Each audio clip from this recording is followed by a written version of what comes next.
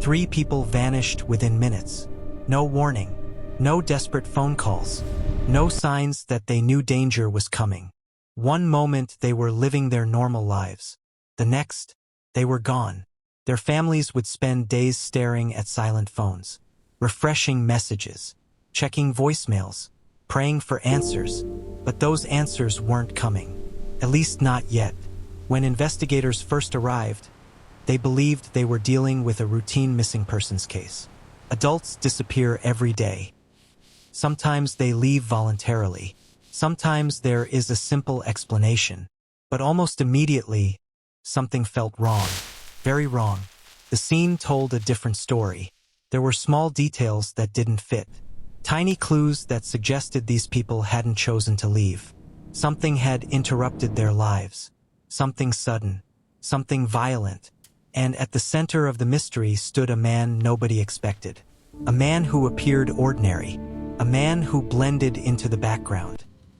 A man who had spent years convincing everyone around him that he was completely normal. But investigators would soon uncover a disturbing reality. The tragedy didn't begin on the day 3 people vanished. It began years earlier, hidden beneath smiles, buried beneath routine, growing quietly behind closed doors.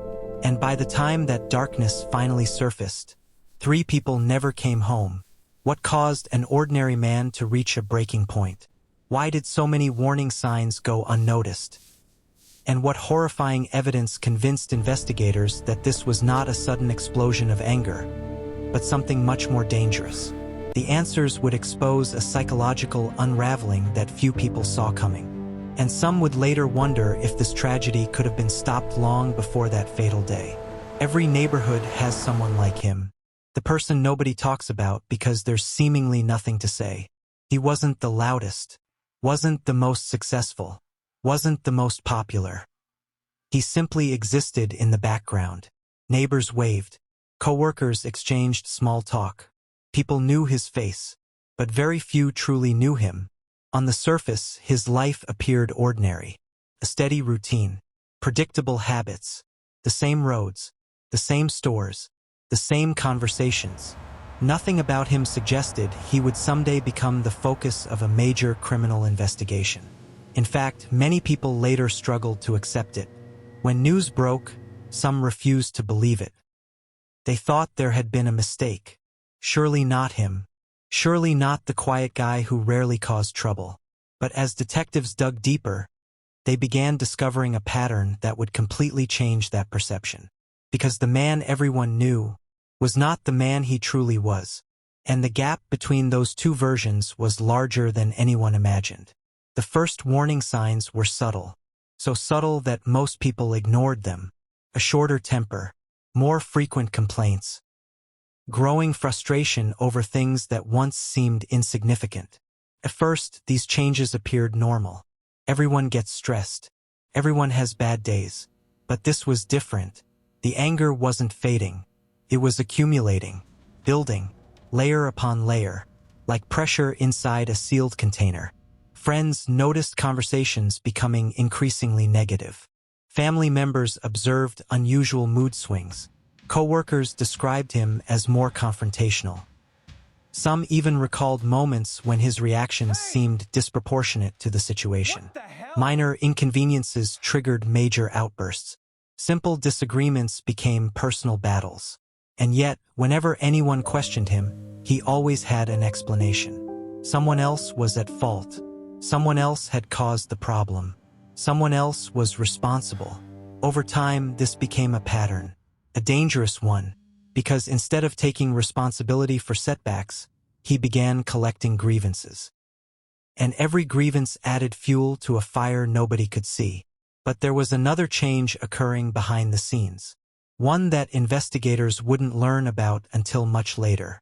He was becoming increasingly isolated. And isolation can be dangerous when paired with resentment.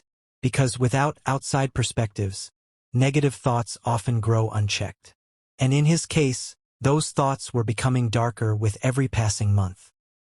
As investigators reconstructed the years leading up to the crime, one theme appeared repeatedly. Obsession. Not necessarily with one person, not necessarily with one event, but with perceived injustice. He couldn't let things go. Arguments lingered in his mind long after they ended. Disagreements became personal betrayals. Small conflicts transformed into evidence that the world was against him. People who knew him described a man who replayed old grievances endlessly. The same stories, the same complaints, the same anger, again and again, as though he was building a case against everyone around him. At some point, his frustration stopped being about specific incidents. It became part of his identity, a lens through which he viewed the world. And once that happened, his thinking became increasingly dangerous. Because when someone begins believing that everyone else is responsible for their suffering, retaliation can start to feel justified. That psychological shift would later become one of the most important discoveries in the entire investigation, because it helped explain what happened next. And what happened next would change everything. Looking back, witnesses would describe the final week in nearly identical terms. Something felt off. Nothing dramatic. Nothing obvious. Just different. There was a strange calmness about him. An emotional distance. As though his mind was occupied by something nobody else could see. Some people noticed he seemed unusually quiet. Others said he appeared distracted. A few even recalled feeling uncomfortable around him without knowing why. It's a common theme in many criminal investigations. People sense something is wrong, but they can't explain it. And because they can't explain it, they dismiss it.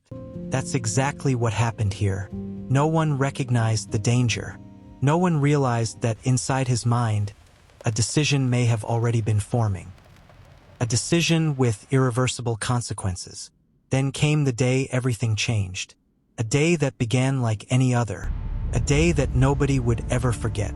The exact moment remains difficult to understand. Even after years of investigation, even after countless interviews, even after extensive psychological analysis. Because from the outside, it seemed sudden. One moment there was tension, the next, violence. But investigators would later argue that this wasn't truly sudden at all. The explosion was sudden. The buildup was not. Years of anger, years of resentment, years of perceived humiliation, years of emotional instability, all colliding at once. Witnesses would later describe a shocking transformation. The calm exterior disappeared. The controlled image vanished. And in its place stood someone they barely recognized. Someone consumed by rage. Someone acting with terrifying intensity. And when it was over, 3 people were gone. Lives destroyed in minutes. Families shattered forever. But the nightmare wasn't over. Because what happened afterward would reveal something even more disturbing. Many crimes are committed in moments of uncontrolled emotion. But investigators became increasingly troubled by what happened next. Because after the violence ended, there was time. Time to think. Time to reflect. Time to make choices. And according to investigators, the choices he made suggested a level of awareness that complicated the entire case. Instead of immediately seeking help, instead of contacting authorities, instead of showing remorse, he focused on something else, protecting himself, concealing what had happened, creating distance between himself and the truth. That realization transformed the investigation, because detectives were no longer examining a crime of pure emotion. They were examining actions that appeared deliberate, calculated, purposeful, and each new discovery deepened that concern. As loved ones reported the victims missing, investigators launched an extensive search.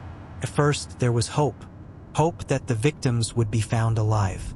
Hope that some innocent explanation existed. But that hope faded quickly.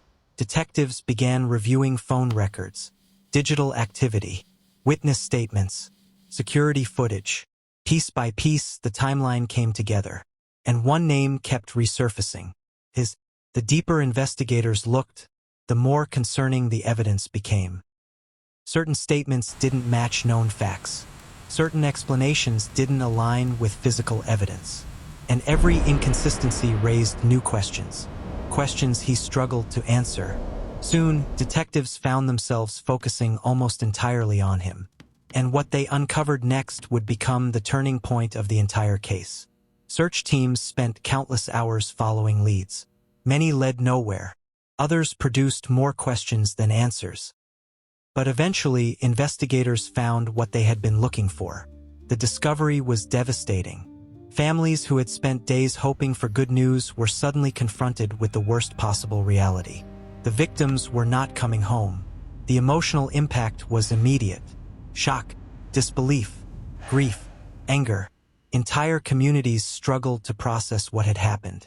But investigators weren't finished, because alongside that heartbreaking discovery came additional evidence. Evidence that painted a clearer picture of the crime. Evidence that strengthened the case. Evidence that would eventually be presented in court. And with every new revelation, the image of the quiet neighbor continued to crumble. One of the most unsettling questions in true crime is also the simplest. Why? Why do some people reach this point? Why do some individuals allow anger to consume them? Why do warning signs go unnoticed until it's too late? Experts examining this case pointed to a combination of factors: isolation, resentment, emotional instability, obsession, a refusal to accept responsibility, and perhaps most importantly, a growing belief that other people were the cause of every problem in his life. That mindset can be incredibly dangerous, because once people stop seeing others as human beings and start seeing them as obstacles, enemies, or sources of pain, the psychological barriers that prevent violence begin to weaken. And sometimes they disappear entirely. When the case finally reached court, emotions ran high. Families sat just feet away from the man accused of destroying their lives. Evidence was presented carefully, methodically. Witnesses recounted painful memories. Investigators explained their findings. Experts offered insight into the psychology behind the crime. And throughout the proceedings, one reality became impossible to ignore. 3 innocent people had lost their lives. Nothing could change that. Nothing could undo the suffering left behind. Eventually, the jury reached its decision. The legal process had ended. But for many people, the emotional process never would. Because justice and healing are not the same thing. One happens in a courtroom, the other can take a lifetime. Ending. Cases like this force us to confront an uncomfortable truth. The most dangerous transformations are often the quietest ones. They happen gradually, behind closed doors, hidden beneath routine, invisible until the damage is already done. When people look back on tragedies like this, they often focus on the final day. The violence, the arrest, the trial. But those events are only the ending. The real story begins much earlier, with resentment left unchecked, with warning signs ignored, with darkness allowed to grow in silence. And by the time anyone finally recognized what was happening, 3 people never came home. Community was forever changed. And one haunting question remained. If someone had recognized the signs sooner, could everything have ended differently?